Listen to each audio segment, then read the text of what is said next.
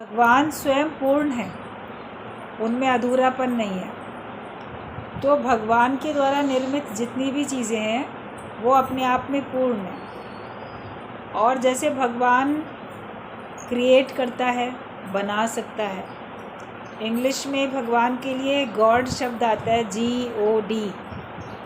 तो बोलते थे कि जी जैसे जनरेटर, भी जनरेट करने वाला, और ओ मतलब ऑपरेटर, ऑपरेट करने वाला, और डी मतलब डिस्ट्रॉयर, डिस्ट्रॉय करने वाला। मतलब भगवान उत्पत्ति भी करता है, जनरेट करता है, और उसको ऑपरेट करता है, उसका लालन पालन भी, उससे काम लेना वो भी सब करता है। और फिर डिस्ट्रॉय मतलब उसका नाश भी कर देता है, विनाश भी करता है। तो ब्रह्मा के रूप में भगवान उत्पत्ति करने वाले देवता बन गए, विष्णु के रूप में पालन करने वाले देवता हो गए, और शिव के रूप में संहार करने वाले देवता हो गए। लेकिन एक ही शक्ति के ये 3 रूप हैं। एक ही शक्ति 3 कार्य करने के लिए अपने को 3 रूप में उनकी पूजा, प्रार्थना ये सब मानी जाती है, कही जाती है। मगर ओवरऑल एक ही अनेक हुआ। तो वो अपने आप में पूरा है भगवान।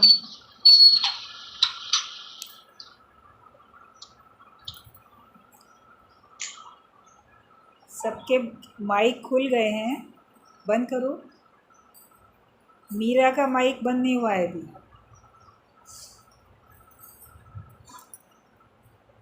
तो भगवान जो है वो जो चीज़ बनाता है उसमें भी पूर्णता भर देता है। मतलब उसको भी ऐसे ही जनरेट करने की, ऑपरेट करने की, डिस्ट्रॉय करने की सब शक्तियाँ उसमें होती हैं, ताकत होती है। आज भगवान ने मनुष्य को बनाया, 84 लाख योनियाँ बनाई, सारी वनस्पतियाँ, पेड़ पौधे, ये सब बनाई भगवान ने सब तरफ। तो आप देखो उनमें अपने आप में ये गुण है ना कि वो भी अपने जैसा बना सकते हैं। छोटे से छोटा जीव भी होगा तो वो भी अपने जैसा जीव तैयार कर सकता है। उससे भी एक मक्खी मच्छर से भी मक्खी मच्छर की उत्पत्ति हो जाती है। और बाकी छोटे से बड़े जितने भी सब हैं जीव, उनमें इतनी सामर्थ्य होती है कि वो भी अपने जैसे बना पाते हैं। वनस्पतियों में भी जैसे बीज होते हैं वैसे ही पेड़ बन जाते हैं, फिर उन पेड़ों में भी बीज बन जाते हैं, फिर वो दोबारा से जब उनको बोते हैं फिर हो जाता है। तो वो भी अधूरे कहाँ हैं, वो भी पूर्ण है। क्योंकि वो जैसे बने वो वैसा दूसरे को बना सकते हैं, और जिस दूसरे को बनाया है वो भी पूर्ण है कि वो भी अपने जैसा दूसरे को बना सकता है। एक बीज से एक पेड़ हुआ, फिर उस पेड़ से बीज बना, फिर उस बीज से फिर पेड़ बन जाएगा। मनुष्य में भी, पशुओं में भी, पक्षियों में, पेड़ पौधों में, सब में ये पूर्णता पाई जाती है कि उनमें अधूरापन नहीं है, और अपने जैसा बना देने के बाद उनमें कोई कमी नहीं आ जाती। अभी आपके पास में मान लो एक आप कुम्हार हो या मूर्तिकार हो, और आपने मिट्टी से एक मूर्ति बनाई, तो वो मूर्ति अपने आप में दूसरी मूर्ति नहीं बना सकेगी। मनुष्य अपूर्ण है, तो जो मनुष्य जो चीज़ें बनाता है वो अपने आप में खुद अधूरापन है उसके अंदर में। तो वो जो बनाएगा वो वैसा का वैसा मनुष्य के द्वारा किए गए जितने भी आविष्कार हैं बना तो लेगा, मेज़ कुर्सी ये वो सब बना लेगा, मगर वो चीज़ें फिर एक मेज़ दूसरी मेज़ नहीं बना सकती।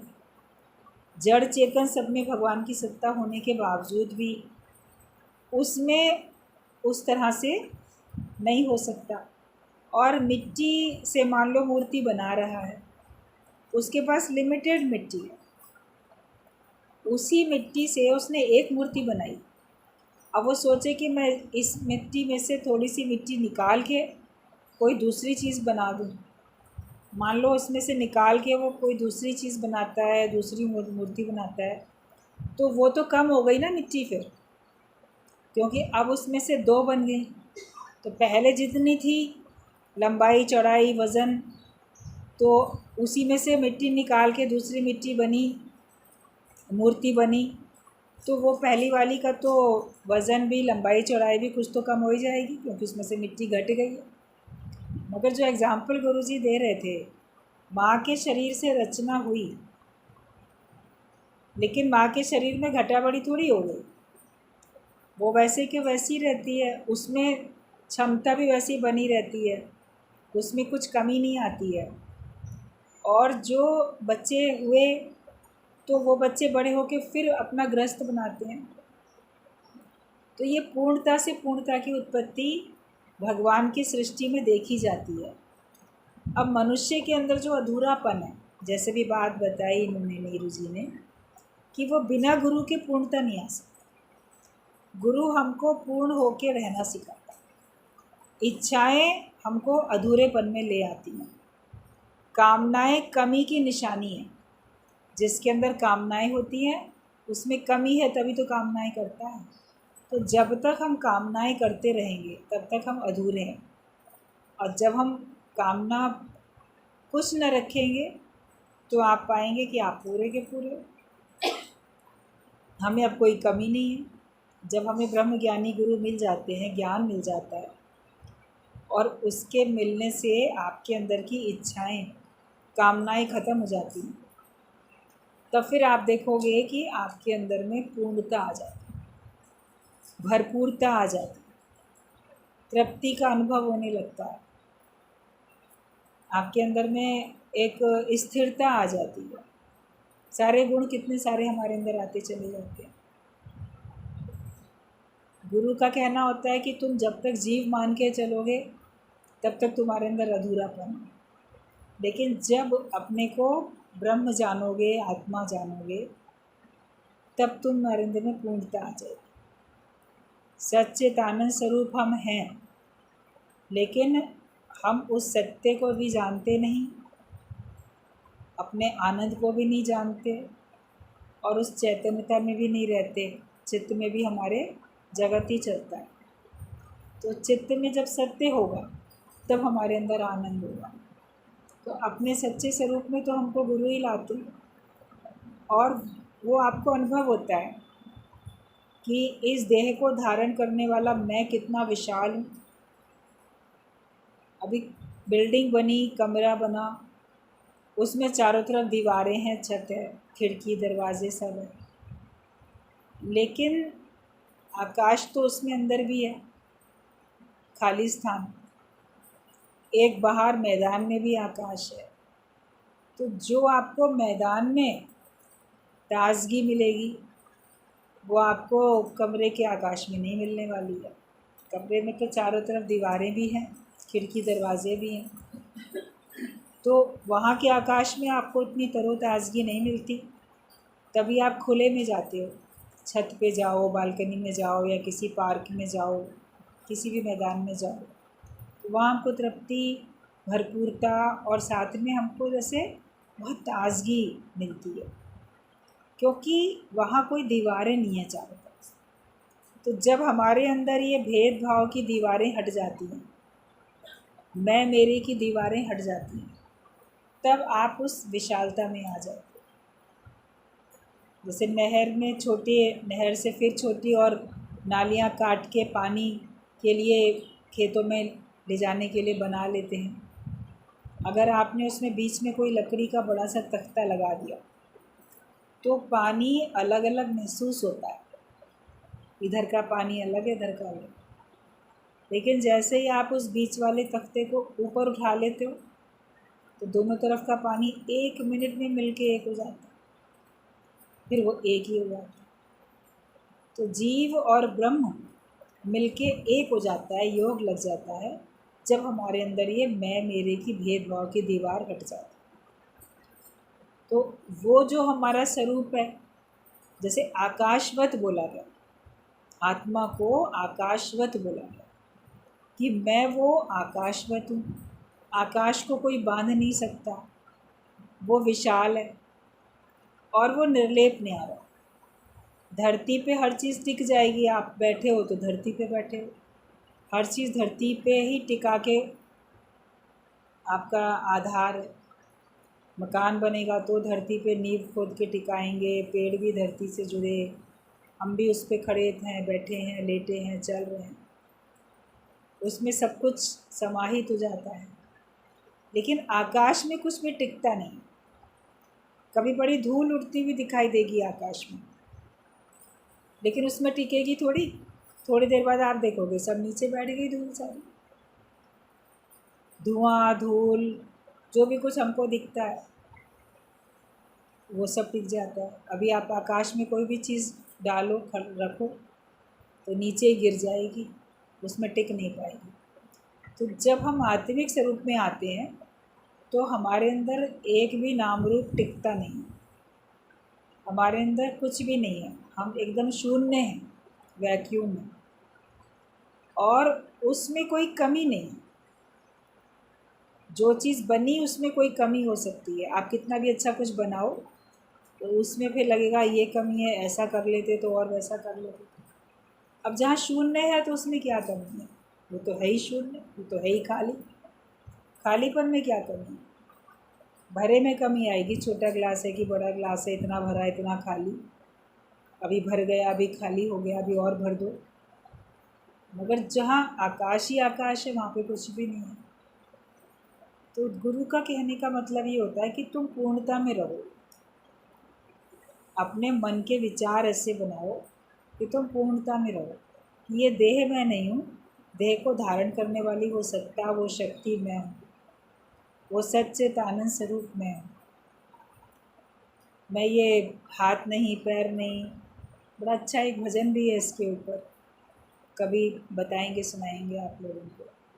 और कई सारे ऐसे अद्वैत के भजन हैं कि जिसमें सच्चाई बताई जाती है, हमारे स्वरूप की पूरी पूरी जानकारी दी जाती है। हर समय हम द्वैत में पड़े हैं, दूसरे भाव में पड़े हैं, तो फिर हमारा ध्यान उन्हीं में उलझा रहता है, हम अपने में नहीं आ पाते।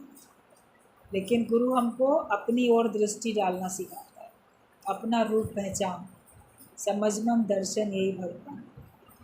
अपने को जानो, अपने को पहचानो। औरों को जाना, औरों को पहचाना तो कौन बड़ी बात की,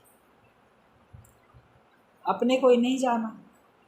और जो राम सब में बस रहा है, ना जाना रे राम कैसा रे जोगी जो। हमने उस राम को ही नहीं जाना, उसको ही नहीं पहचाना। अब बाकी हर एक की जानकारी लेने की बहुत आदत भी है, चाह है, कोशिश भी करते रहते हैं। तो अपने आप को, अपने सच्चे स्वरूप को जानो। देह मान के बैठे हैं, अपने पे दृष्टि डालोगे तो आप अपने ऊपर आशिक हो जाओगे।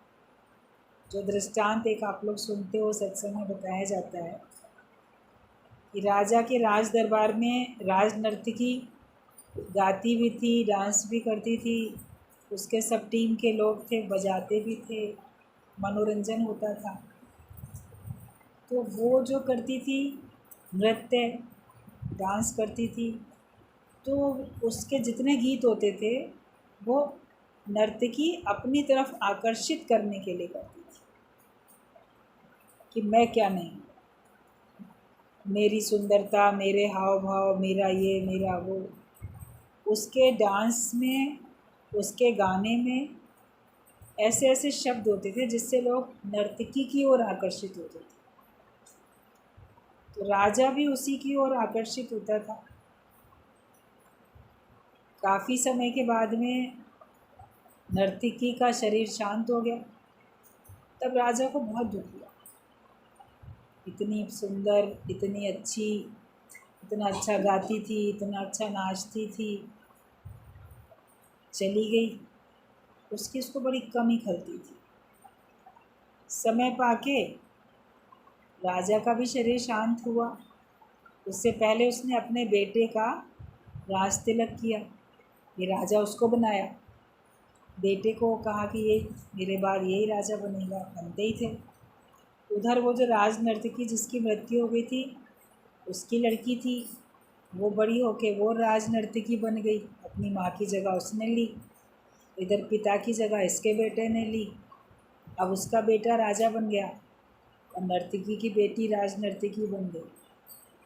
वो भी बहुत सुंदर थी, बहुत अच्छा गाती थी, बहुत अच्छा नाचती थी। लेकिन जो वो गाती थी और जो नाचती थी, उसके हाव भाव, जो उसके मुख से बोल निकलते थे बस गाने के, उसमें महिमा राजा की होती थी। राजा की प्रशंसा होती थी, राजा का गुणगान होता था ज़्यादातर।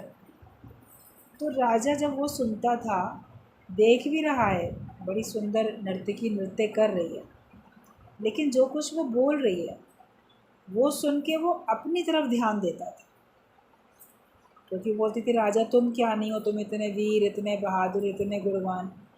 बातों बातों में वही शब्द उस गाने में उसके होते थे, उसी के महिमा के गीत गाती थी। तो राजा फिर अपने ऊपर आशिक होता था, उसको अपने पे लगता था वाकई देखो भगवान ने मुझे कितना बहादुर, कितना अच्छा बनाया।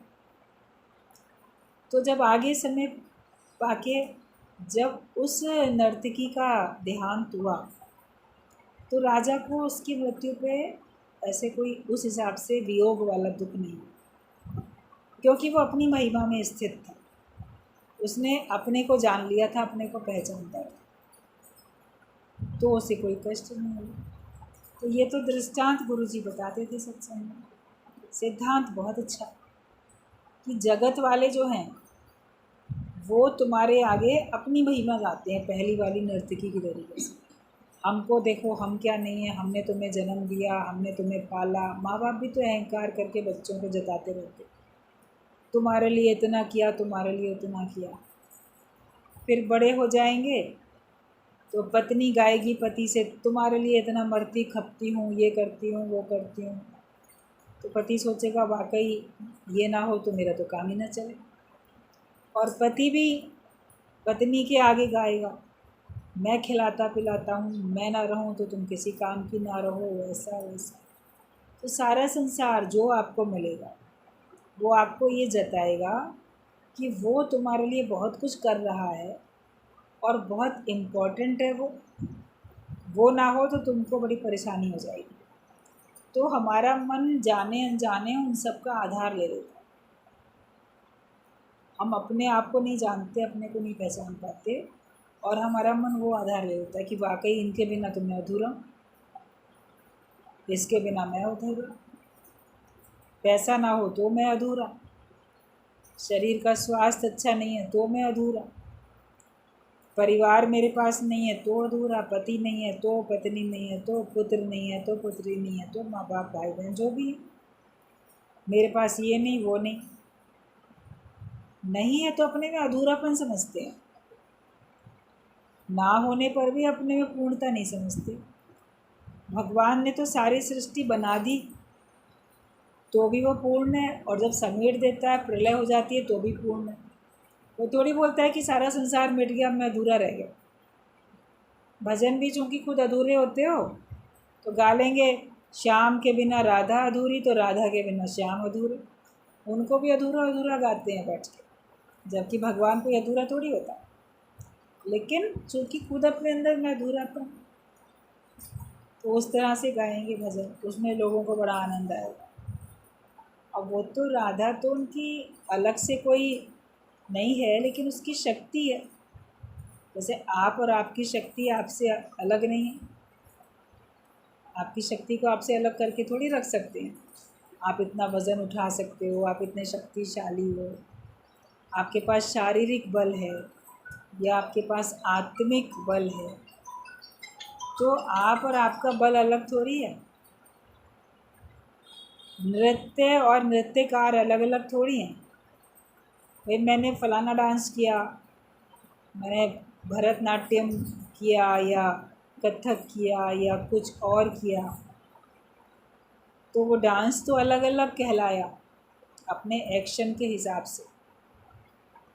मगर वो डांस और डांस करने वाला दोनों को अलग अलग तो नहीं कर सकते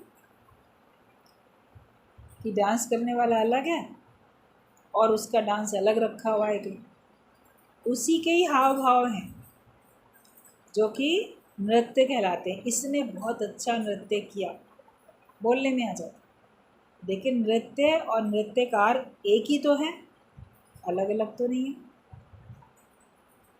तो ऐसे ही भगवान और भगवान की शक्ति एक ही है, अलग अलग नहीं है। वो चीज़ हमको गुरु समझाता है, हम अलग अलग समझते हैं, तो फिर संयोग और वियोग वही महसूस होता रहता है। उस जो अलग अलग अभी तक समझा उसको एक समझना, ये सारा संसार मुझसे ही उत्पन्न है और मेरे में लीन हो जाएगा।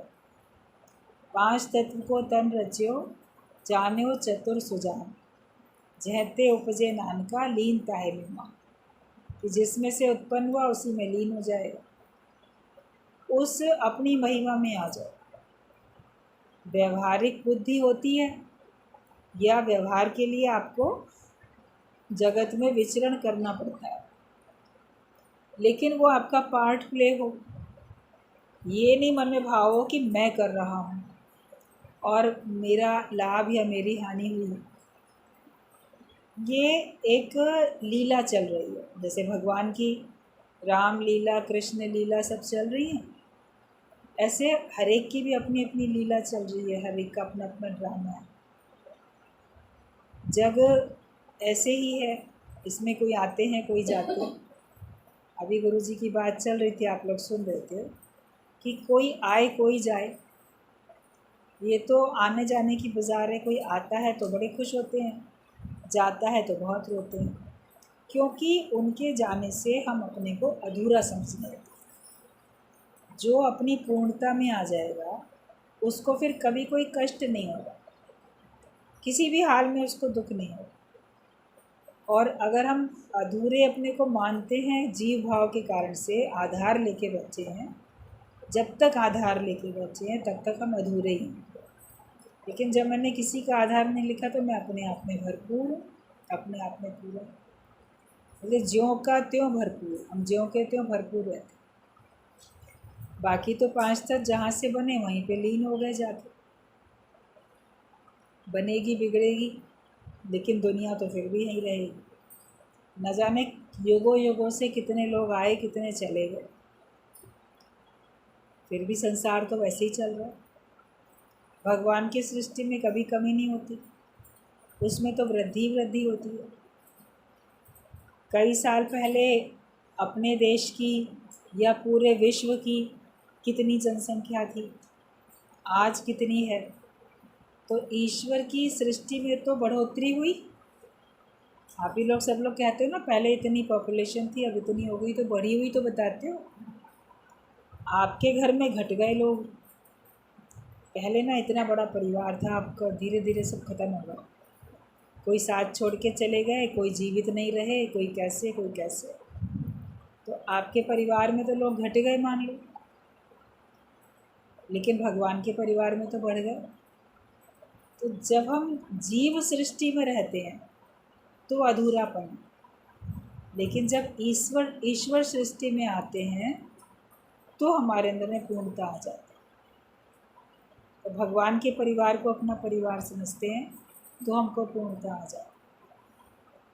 किसी चीज़ पर भी आधार मत लेके बैठो, और अपनी प्रसन्नता के लिए तो अपने स्वयं को ही अपना आधार बनाओ, दूसरे का आधार लो ही।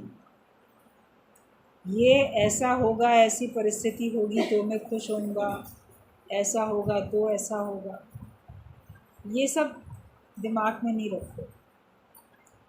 बोलो मैं जैसा हूँ, जो भी हूँ, भगवान की रचना। भगवान ने तो अपने हाथों से बनाया हर एक को, किसी ने अलग अलग नहीं गढ़ा बैठ के, एक ही भगवान ने सबको बनाया।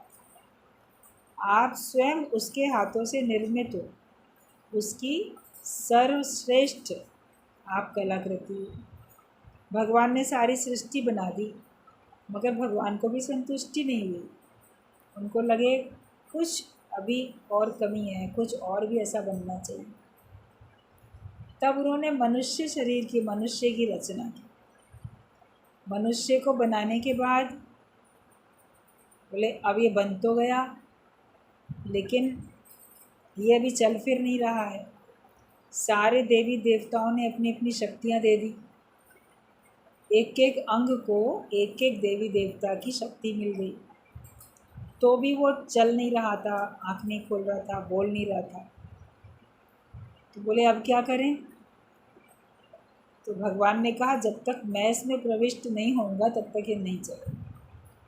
तो भगवान ही हम सबके अंदर विद्यमान है, तभी हम देखते, सुनते, बोलते, चलते फिरते सब नज़र आते।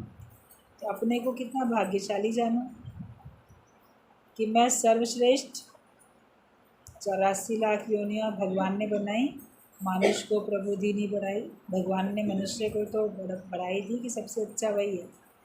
तो आप मनुष्य शरीर धारण करके आए हुए हो, तो इस बात के लिए कितने अपने को भाग्यशाली जानो, खुश अपने को समझो, खुश रखो अपने आप को, भगवान के शुक्राने गाओ।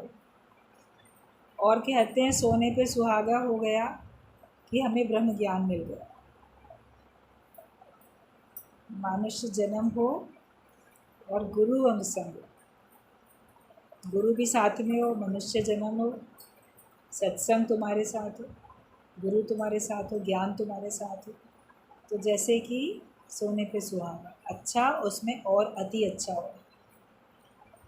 तो अपने भाग्य की सराहना हर दिन करो। सवेरे से सो के उठो, पहला अपना विचार यही रखो, जैसे बताया ना विचार ही मनुष्य को चलाते हैं। पहला विचार यही रखो कि मैं सर्वश्रेष्ठ हूँ और मैं बहुत भाग्यशाली हूँ। अधूरा अपने को नहीं समझो। मनुष्य अपने को अधूरा समझता है तभी दुखी है। मेरे पास ये नहीं, मेरे पास वो नहीं, मैं अकेला, मैं ऐसा, मैं वैसा। मैं भरपूर हूँ। देह मानोगे तो अकेले हो, देह मानोगे तो अधूरे हो, और आत्मा जानोगे तो पूर्ण। भजन आता है पूर्ण माही रहना साधु पूर्ण माही रहना, कि पूर्णता में ही रहो। अपने विचार ऐसे रखो कि हम पूर्णता में रहें। आखिरकार कौन से ख्याल ऐसे हैं जो हमको दुख में लेके जाते हैं, और जो चीज़ें हमको कमी हमारे को याद दिलाती हैं कि मेरे पास ये नहीं वो नहीं, वो चीज़ें जिनके पास हैं उनसे पूछो क्या वो सुखी हैं, तो उनके पास किसी अलग प्रकार का दुख हो। जीव भाव में ही दुख है। दादा भगवान बोलते थे कि तुम्हें ये लग रहा है उसके पास बहुत कुछ है, मेरे पास नहीं है, तो उसके पास जाके उससे बात करके आओ, तुम्हारे पास तो ये है ना, तुम खुश हो? बोलेगा कि क्या खुश है, वो समान है तो क्या हुआ, लेकिन मेरे पास तो ये दुख है। हर एक कोई आपको अपना कोई ना कोई कष्ट बता ही देगा जब आप उससे बात करोगे। कोई नहीं बोलेगा कि मैं पूर्ण सुखी इंसान हूँ, केवल संत कह पाता है, क्योंकि उसके पास देह अध्यास की शर्ट है ही नहीं। Happiest man is without a shirt. वही अपने को पूर्ण कह पाता है क्योंकि अपने को देह नहीं मानता है। गुरु ने वो रहस्य बता दिया। दुखी होना हो, अधूरेपन को अनुभव करते रहना हो, तो शरीर मानो 5 तत्वों का अपने आप को, लेकिन पूर्णता में रहना हो, अपने को आनंदित रखना हो, तो देह को अपने से अलग जाओ। देह को धारण करने वाले तो मुख्य हो। हमेशा जड़ चीज़ के मुकाबले में चेतन चीज़ अधिक इम्पॉर्टेंट होती है। अभी मान लो आपका बेटा या परिवार का कोई भी व्यक्ति कोई कीमती सामान लेके जा रहा है, कहीं से घर से उसको जाके कहीं पहुंचाना है, उसके साथ कीमती सामान है, रुपया पैसा जेवर या कोई और चीज़। रास्ते में कहीं कुछ एक्सीडेंट होता है या कोई और दुर्घटना घटती है या कोई चोर डाकू उसको घेर लेते हैं, और वो कीमती सामान जो है वो लेके चले जाते हैं, या जो उसका कीमती सामान था वो डैमेज हो जाता है, खो गया, या कार लाखों रुपए की थी, करोड़ों की टूट गई, मगर आप देखते हो कि जो मेरा घर का प्राणी था वो बच गया। तब क्या करते हो? उसके बचने की खुशी, या वो 1 करोड़ की कार टूट गई या उसका इतना सामान चला गया उसका दुख का? उसका ज़रा सा अफसोस होगा, लेकिन हमेशा बोलेंगे अरे शुक्र है तुम तो बच गए ना, तुमसे भारी एक्सीडेंट हुआ, तुम तो बचे, चोर ले गए लूट के, कोई बात नहीं, तुमको तो ज़िंदा छोड़ गए। तो हमेशा जड़ चीज़ के मुकाबले में चेतन चीज़ अधिक इम्पोर्टेंट होती है। तो शरीर तो जड़ है और तुम आत्मा चेतन हो, तो तुम अधिक इम्पोर्टेंट हो ना उससे। फिर अपने को सबने शरीर मान लिया, यही उनकी सबसे बड़ी भूल है कि अपने को क्यों देह मान के बैठ जाते हैं।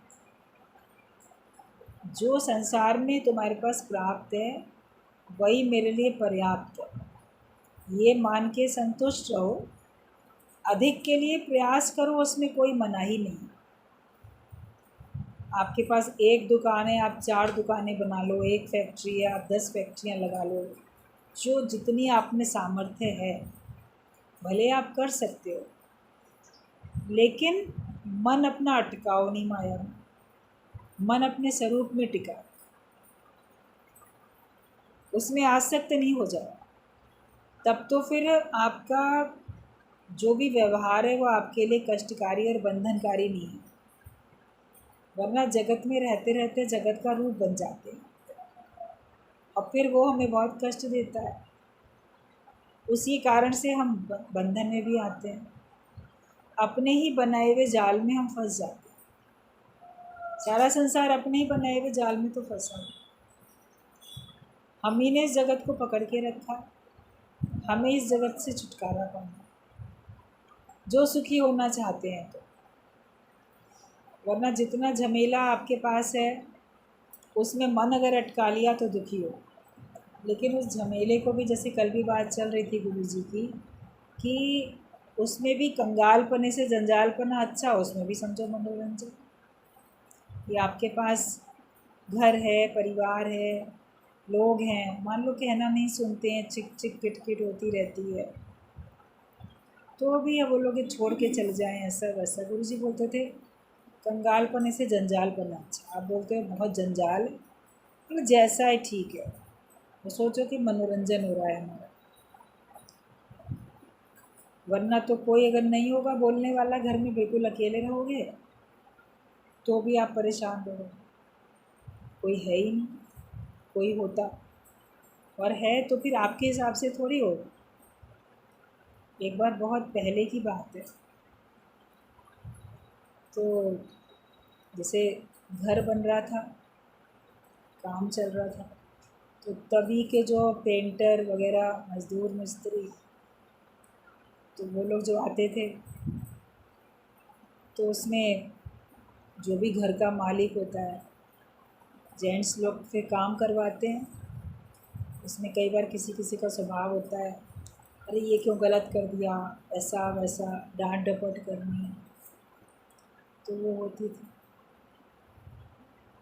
तो फिर उसके बाद कई साल के बाद में फिर जैसे वो पुताई वताई करता था, तो एक दिन कहता है जब साहब थे ना तब काम करने में बहुत अच्छा लगता था। हमने कहा क्या अच्छा लगता था साहब के समय काम करने में? तो मेरे फादर काम कराते थे तो बड़ा अच्छा लगता था। बोले वो बहुत डांटते रहते थे। हमने कहा उनके डांट में तुम्हें अच्छा लगता था? हम लोग तो नहीं डांटते, वो तो खैर शुरू से वही काम करता है। बोले हाँ, हम लोग सब लोग पूरी टीम जब आती थी तो वो डांटते डपटते रहते थे, तो हम लोग को बड़ा अच्छा लगता है कि देखो निगाह रख रहे हैं, डांट रहे हैं, ये हम लोग का मनोरंजन होता है। हमने कहा देखो तुम गलत करके दूसरे को क्रोध में लाते थे और फिर उसकी डांट में तुम्हें अच्छा लगता है कि चलो कुछ शोर शराबा मच रहा है। कोई गुस्सा करता है ना इन लोगों के आगे, वो लोग हंसते हैं, मन ही मन खुश होते हैं, और चुपचाप काम करते रहो, उनको काम करने में बोरियत और थकान लगने लगती है। बोले ऐसे कुछ ना कुछ बातचीत या डांट डपट होती रहती है, उससे हम लोग के अंदर में ताकत बनी रहती है, और कोई बोलता ही नहीं है तो लगता है समय नहीं कट रहा है, चुपचाप चुपचाप करे जा रहे हैं काम, खुदाई करे जा रहे हैं काम। फिर हमने कहा ये बड़ी अजीब बात तुमने बताई।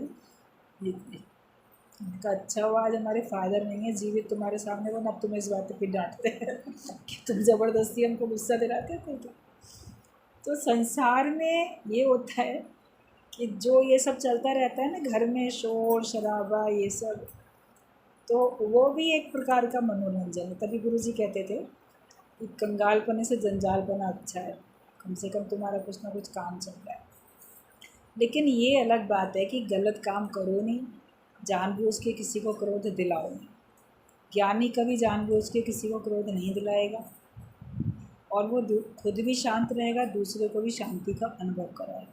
अब वो तो देखो, जो मज़दूर मिस्त्री टाइप के लोग होते हैं वो अनपढ़ होते हैं, जाहिल होते हैं, अनपढ़ होते हैं, उनको बात समझ में नहीं आती। उनके लिए वही मनोरंजन है, लड़ाई झगड़ा ही, शोर तू तू मैं वही मनोरंजन है। आप देखो झुग्गी झोपड़ी में कितने शोर मचते रहते हैं, अड़ोस पड़ोस में वही एक दूसरे से बाल पकड़ के भी लड़ेंगी ये सब महिलाएं, और फिर एक ही संग बैठ के हंसेंगी भी, खाएंगी पिएंगी, फिर लड़ेंगी।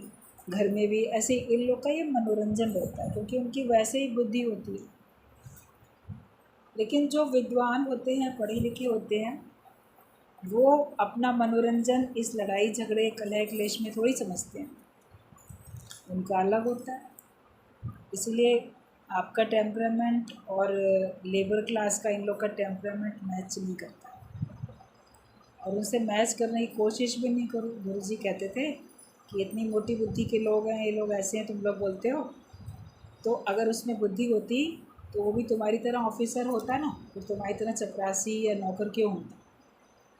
अगर वो तुम्हारे बराबर की बुद्धि का होता तो वो भी मालिक होता, वो फिर नौकर नहीं होता। तो मालिक की बुद्धि में और नौकर की बुद्धि में अंतर तो होगा ही होगा। इसलिए उसको अपने बराबर समझने की गलती कभी नहीं करो, और ना चाहो कि तुम्हारी तरह की सोच वो रखे, वो नहीं रखेगा। तुम्हें अपना जैसे काम उनसे लेना है, काम निकालना है, अपना काम निकालो और अपना मन उनमें ज़्यादा लगाओ।